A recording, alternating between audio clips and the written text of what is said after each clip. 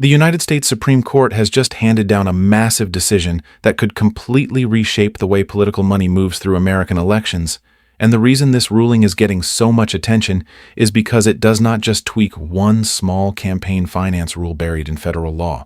This decision could directly affect how parties help candidates, how big donors try to influence key races, how campaigns are built heading into 2026, and how much power Washington still has to police the money machine behind modern politics. In a major 6-3 ruling, the Supreme Court struck down federal limits on how much political parties can spend in coordination with candidates for Congress and president. And if that sounds technical at first, stay with me. Because once you understand what the court actually did here, you start to realize why people on both sides are treating this as one of the most consequential election law rulings in years. For decades. One of the basic ideas behind campaign finance law was that even if a donor could not pour unlimited money straight into a candidate's campaign, they also should not be able to get around that cap by handing huge sums to a political party and having the party work hand in hand with that same candidate. That was the whole theory behind these coordinated spending limits. The government said if a party and a candidate are effectively acting together, then there still has to be some line, because otherwise the direct contribution limits stop meaning much at all. But now the Supreme Court has stepped in and said those limits go too far, and more importantly, that they violate the First Amendment.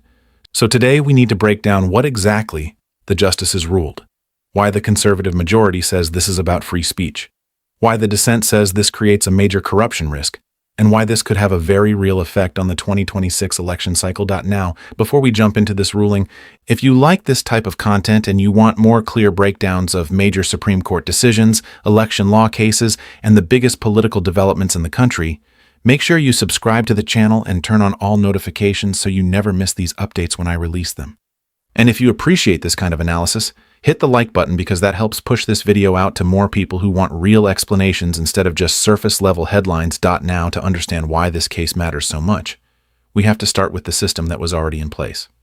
Federal campaign finance law has long tried to balance two things that are constantly in tension. On one side, political parties and candidates argue that spending money to spread a political message is a form of protected speech. On the other side, the government has argued that some limits are necessary to prevent corruption, or at least prevent donors from gaining so much access and influence that the public loses faith in the integrity of elections. That battle has been going on for years, and it has produced some of the most controversial Supreme Court rulings of the modern era. This new decision fits right into that larger story, but it also pushes the law another major step in one direction. The specific case here is National Republican Senatorial Committee versus the Federal Election Commission. The challengers included the NRSC, the National Republican Congressional Committee, and political figures including J.D. Vance when he was still serving as a senator, along with former Congressman Steve Chabot. Their argument was that the federal limits on coordinated spending by political parties violated the First Amendment because they blocked parties from working as freely as they wanted with their own candidates. In their view, if a political party exists to help elect candidates who share its message and agenda, then restricting how closely it can coordinate spending with those candidates is a direct burden on political speech. Now, here is where this gets even more important. This was not some brand new legal theory being tested for the first time. The Supreme Court had already upheld similar limits before, back in 2001, in a case called Federal Election Commission versus Colorado Republican Federal Campaign Committee. So for the challengers to win here, they were not just asking the court to reinterpret a statute. They were asking the justices to overrule one of the court's own past decisions.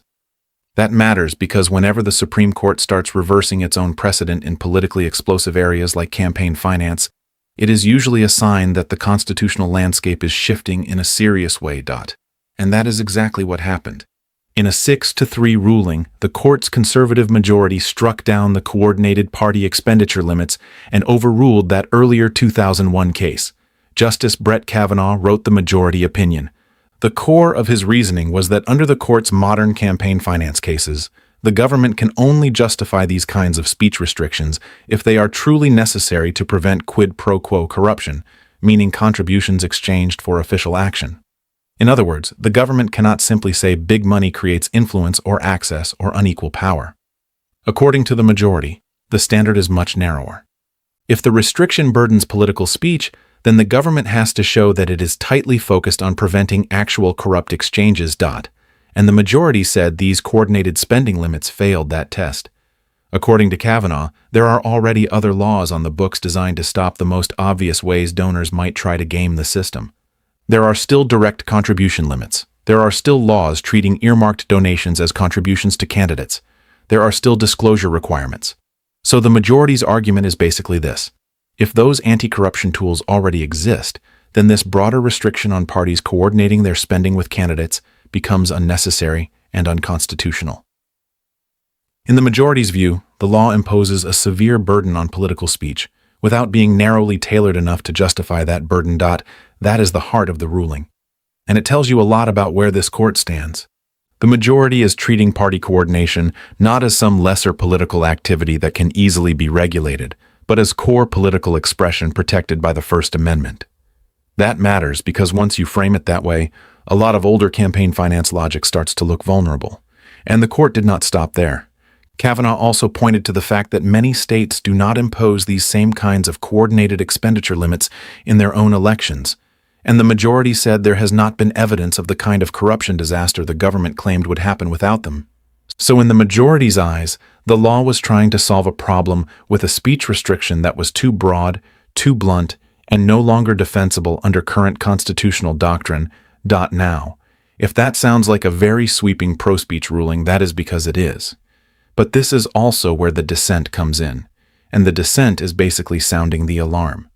Justice Elena Kagan wrote the dissent, joined by Justices Sonia Sotomayor and Ketanji Brown Jackson, and Kagan's warning was blunt.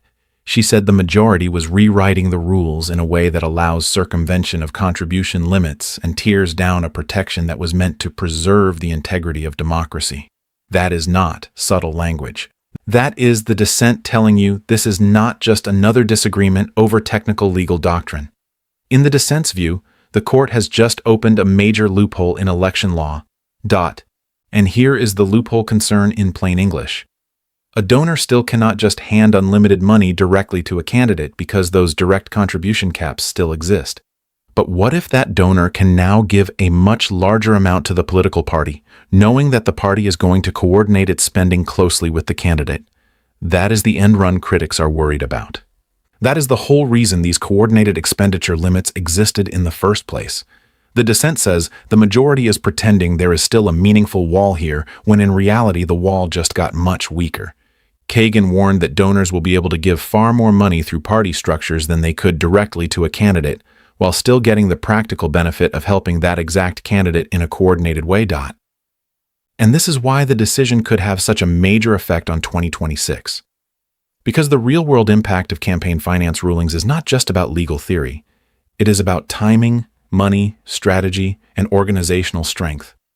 According to the Associated Press, this ruling is likely to give Republicans at least a short-term advantage because their national committees currently have a strong cash edge over Democrats. The RNC reportedly had over $125 million on hand, while Republican Senate and House campaign committees were also sitting on significant reserves. Democrats were trailing in some of those categories. So, if the Supreme Court removes a major restriction on coordinated party spending at exactly the moment one side has more money ready to deploy, it is not hard to see why people are saying this ruling could hit the next election cycle immediately. Now, to be fair, the majority insisted the ruling applies equally to everyone. Kavanaugh said the decision treats all political parties equally and allows all parties, including both the DNC and RNC and their campaign committees, to compete more fully in the political process and coordinate more closely with their candidates. And formally speaking, that is true. The constitutional rule is neutral on paper, but politics never happens only on paper. Politics happens in the real world, where party infrastructure, donor confidence, fundraising momentum, and media narratives all matter. So even if the rule technically benefits everyone equally, the immediate political effect may be felt more strongly by the party that is already better positioned to capitalize on it. And there is another reason this matters. This ruling is not just about more money, it is about more synchronized money. Once parties can coordinate more closely with candidates, campaign messaging gets tighter, ad strategies become more seamless, and the overall machine becomes more integrated. That means in key Senate races, competitive House districts, and presidential battleground states, party committees can now potentially operate in a way that feels much more like an extension of the campaign itself. And when elections are often decided by tiny margins, that kind of strategic alignment can be incredibly powerful. Now, this case also fits into a much bigger Supreme Court story, and that story is the steady collapse of old campaign finance restrictions.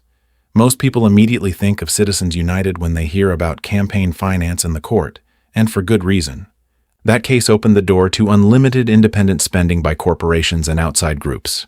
But this new ruling shows that the court is still moving in the same general direction. This is another major barrier coming down, this time in the area of coordinated party spending. The message from the majority is clear. If the government wants to regulate political spending, it better have an extremely narrow and constitutionally airtight justification, because otherwise the court is going to strike it down. And once that becomes the governing principle, the obvious next question is, what falls next? Because this is how big rulings work.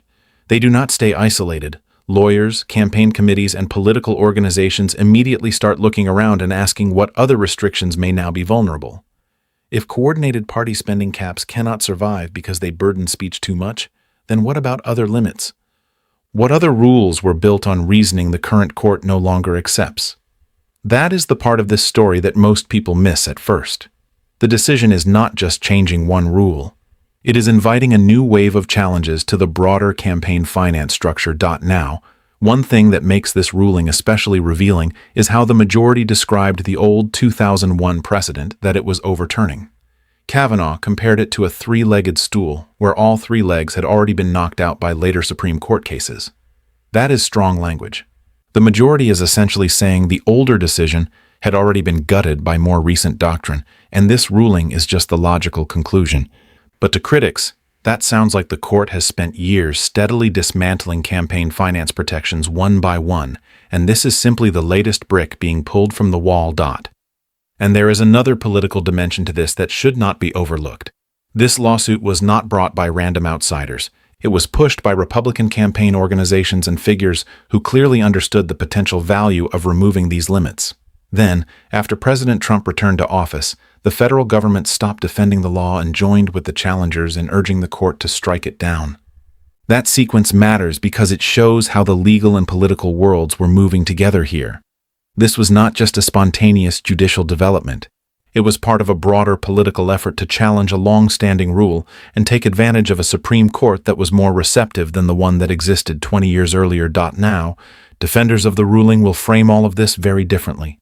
They will say this is a victory for the First Amendment and for democratic participation. They will argue that political parties are essential institutions in American politics, and it makes little sense to say they exist to elect candidates, but then stop them from coordinating closely with those same candidates. They will say speech restrictions in the political arena should be viewed with suspicion, especially when less restrictive anti-corruption measures already exist. And they will insist that just because money can influence politics does not mean the government gets a free pass to suppress political speech whenever it wants. The critics, on the other hand, will say this is exactly how trust in the system keeps eroding. They will argue that every time the court tears down another campaign finance safeguard in the name of free speech, the practical result is that wealthy interests and powerful party networks gain even more influence over elections. They will say the average voter cannot compete with a donor who can route enormous sums through party structures while campaigns and committees coordinate strategy behind the scenes. In that view, the court is not protecting democracy. It is helping turn it further into a system dominated by money, access, and professional political machinery. And honestly, that is why this ruling is so politically combustible. It touches one of the deepest fault lines in American politics. Is money in politics primarily a speech issue, where restrictions are dangerous and government should stay out?